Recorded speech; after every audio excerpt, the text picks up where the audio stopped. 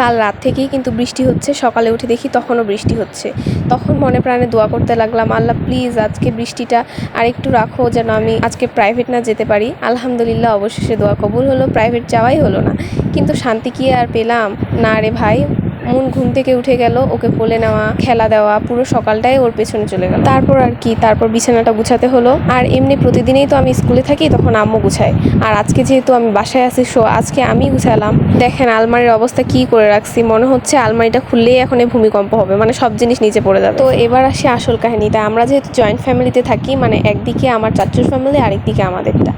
এখন নতুন বাড়ি হচ্ছে, চাচুর বাড়ি কমপ্লিট, আজকে আর কি তারা নতুন বাড়িতে শিফট করবে। তো ওরা চলে গেলে আমি আপনাদের সাথে ফুল বাড়ির ভিডিওটা শেয়ার করব।